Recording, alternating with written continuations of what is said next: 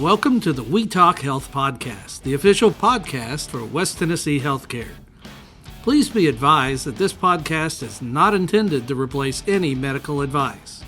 Always follow your medical professional's advice and direction. Nothing said in this podcast is intended to supersede or supplement the direction of your medical caretakers. If you have any questions, please reach out to us at wetalkhealthpodcast@gmail.com, and we will do our best to answer any questions you may have. Welcome to another episode of We Talk Health. My name is Kwasigroh, and joining me today is Hailey Archer. She is an MS, RD, and LDN at Kirkland Cancer Center here in Jackson, Tennessee. Hailey, how are you? I'm good. How are you doing, Will? I am great. Thanks for coming in today. So we're going to be talking about juvenile arthritis and a little bit about juvenile arthritis. And listeners, you probably noticed a series of cooking podcasts and connection with that, the videos that we've been posting. This falls in that category. We're going to be talking about the Chana Masala that Hailey cooked. I had no idea. I kind of still don't, to be honest, know what Chana is, but I know the recipe was delicious. So, Hailey, let's go ahead and just dive into it. What made you want to make this recipe? Okay, so basically in terms of juvenile arthritis, we're looking a lot with inflammation. While there's no miracle diet specifically that is going to, suddenly cure juvenile arthritis, there is some growing evidence to support that there's certain foods that have some anti-inflammatory components to them. Okay. A few of those being things like turmeric or ginger. Both of those things have some anti-inflammatory components to them.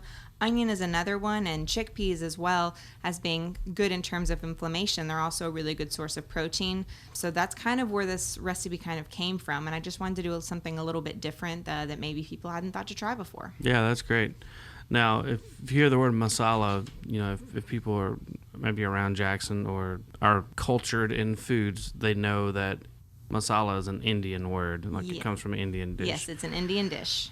Me personally, I discovered Sizzler Cuisine of India here in Jackson probably 4 years ago, and I give that place way too much of my money. It's delicious. It's probably my favorite restaurant in town.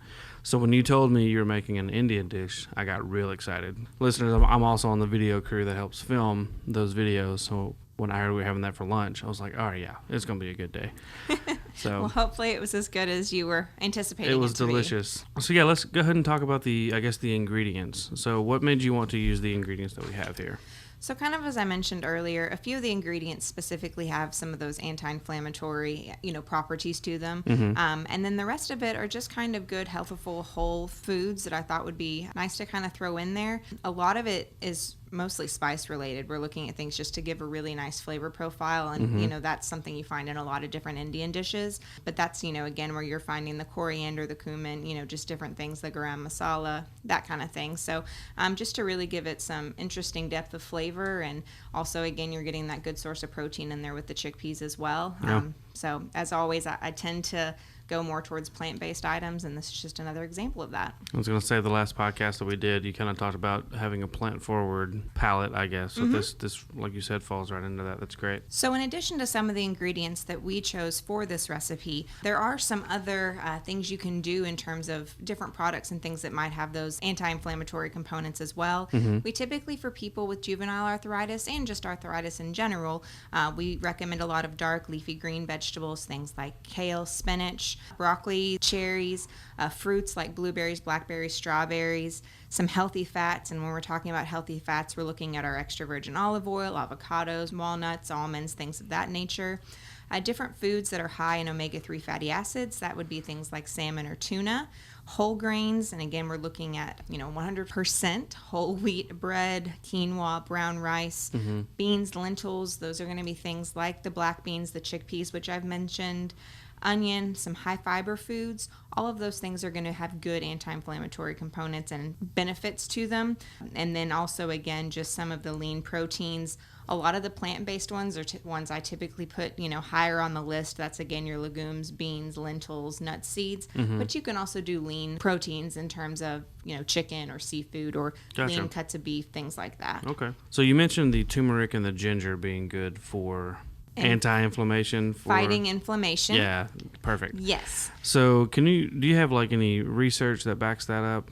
Sure. So there is some growing research to kind of promote this, turmeric specifically, there's been studies that have shown that the curcumin in turmeric will help with inflammation. Ginger, again, is another one that helps reduce and manage inflammation. It can also help with things like nausea, abdominal pain. Cinnamon, rosemary, those are also some spices that can have some anti-inflammatory properties as well. I didn't realize that. That's great. In addition to some of those foods that can certainly help with inflammation, we do know that there's other products that can lend themselves more to inflammation, so things that you would want to limit or avoid if you're having issues with arthritis. Those are things like foods that are high in saturated or trans fats, high in sugar, low in fiber, and charred foods. We know those things can cause some inflammation for people, so you'd want to be mindful of those if you're someone that struggles with arthritis. Gotcha. And, in terms of diet modification, some people, depending on medications, that can make it harder to absorb certain nutrients, or it may cause deficiencies. So you want to definitely be mindful of your diet when you have arthritis, but you also need to make sure you're talking with your provider. You don't want to be making any diet changes without talking with them first. It could be that you require a supplement or, just different things. You certainly just don't want to start excluding food groups or, doing different things without speaking with your provider first. Sure, absolutely. And Hailey, from what I'm seeing, for the most part, some of these ingredients you probably won't have just naturally in your cabinet, but for the most part you will. Maybe the ones you won't would be like garam masala or Indian red chili powder. So those are stuff I assume you can find at Kroger or any store like that. Okay. Yeah, and the red chili powder is going to be kind of similar to a cayenne. So if you needed kind of a substitution there, it's going to be kind of comparable in that regard. But yeah, some of the spices you may not be as familiar with or you may not have on hand, but if you find that you like that certain flavor, you'll end up looking for recipes and you'll see it a lot more than maybe what you would think. It could be that maybe you don't have a lot of exposure to Indian food, and maybe you try this dish, you like it, and then it kind of expands and you find some other different recipes that you like, and those spices you'll see kind of pop up consistently. Right. That's what I was going to say is, like, before I moved to Jackson, I was very much quote unquote American food, because that's what I grew up eating. But once I discovered that non-American food is pretty delicious and oftentimes way more nutritious than quote unquote American food, my world really kind of opened up to the possibility of just good food, good flavors. So listeners, really, if you don't like, I keep saying non-American food, if you don't like cultural type foods, I would challenge you to really try it out. It's really good. And like Hailey said, if you try it and you like it, it's going to open up whole new possibilities of cooking. And if it is something new for you that maybe you haven't thought to try, look for some of your local restaurants that serve some of those meals so that you're not going out and spending a lot of money on ingredients in case it is something that you don't necessarily care for. Sure. We'll mention the Sizzler. If you want to try some Indian food, maybe go there, see what you think. Or if you like Thai food, or, there's different restaurants specifically here in Jackson that you could certainly look into eating at and seeing kind of what's on their menu and, try a few different things out. Both of those I do highly recommend. Listeners, if you're listening and you want to know the ingredient list or see the recipe being cooked itself, there should be a link in the description that should take you to the website to be able to find all that information there. Again, it's really fantastic food.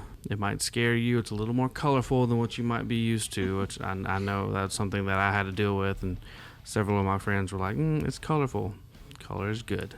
Color is great. Yeah. Give it a shot. It's delicious. And Hailey, thanks so much for coming in today. This has been great. Absolutely. Thanks for having me, Will. Absolutely. And this has been another episode of We Talk Health.